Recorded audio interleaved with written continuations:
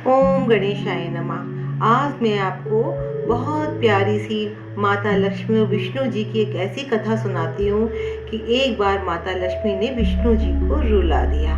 तो ये कथा सुनने से पहले जिन्होंने मेरा चैनल सब्सक्राइब नहीं किया है तो फटाफट कर लीजिए और बेल आइकन पर उसका बटन दबा दीजिए और पूरी कथा को सुनिए, तभी आपको इसका पुण्य मिलेगा।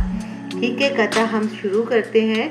कहते हैं कि जिस भी घर में भगवान विष्णु और माता लक्ष्मी की पूजा की जाती है वहाँ सुख समृद्धि का वास होता है, दाम्पत्य जीवन भी सुख में होता है। लेकिन क्या आप जानते हैं कि एक बार ऐसा भी हुआ कि श्री हरि को भी माता लक्ष्मी की वजह से रोना पड़ा। तो आइए जानते हैं ये पूरी क्या कथा है।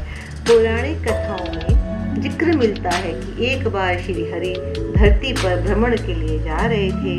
तभी देवी लक्ष्मी ने उनके साथ चलने की अनुमति मांगी। कई बार कहने पर भगवान विष्णु ने कहा कि वह साथ चल सकती है, लेकिन उन्हें एक शर्त माननी होगी।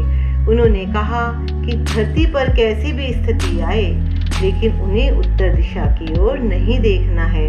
देवी लक्ष्मी भी भगवान की शर्त मान लेती है और साथ चल देती है। वास्तु के मुताबिक वह बिल्कुल भी नहीं वो करती। तो कथा में आगे ये भी मिलता है कि भगवान विष्णु और माता लक्ष्मी भ्रमण पर रहे थे कि तभी देवी की नज़र उत्तर दिशा की ओर पड़ी। उस ओर इतनी हरियाली थी कि वह खुद को ना रोक पाई और सामने देख रहे बगीचे में चली गई। उसके बाद उन्होंने उस बाग में एक पुष्प तोड़ लिया और भगवान विष्णु के पास आ गई। उन्हें देखते ही श्री हरि भी रो पड़े, बहुत ज़्यादा रोने लगे। तभी माता लक्ष्मी को उनकी शर्त याद आ गई। तब भगवान विष्णु ने कहा कि बिना किसी से पूछे उसकी किसी भी वस्तु को नहीं छूना चाहिए। देवी लक्ष्मी को अपनी गलती का एहसास हुआ और उन्होंने भगवान जी से क्षमा मांगी। लेकिन श्री हरि ने कहा इस गलती की माफ़ी उस बगीचे का माली ही दे सकता है। उन्होंने कहा कि अब उन्हें उस माली के घर में दासी बनकर रहना होगा।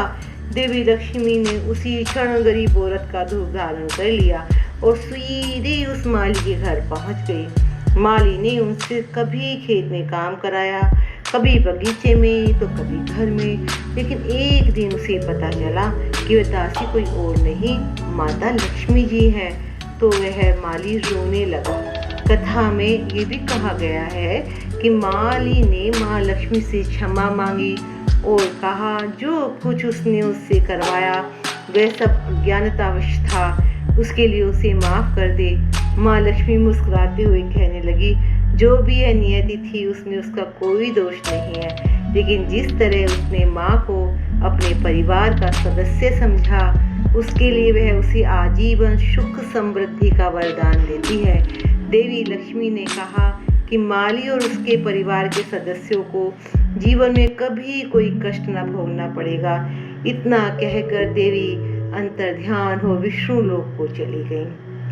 उस दिन पूजा करते रहे और जो भी इस कहानी को सुनता है और लक्ष्मी माँ की आराधना करता है और विष्णु जी की करता है, उसकी सभी दरिद्रताएं दूर हो जाती हैं और लक्ष्मी माँ की कृपा उससे बरसती रहती है और सुख समृद्धि से वह अपना जीवन यापन करता है और पृथ्वी लोक पर सर्व सुख संपन्न परिवारों में वो गिना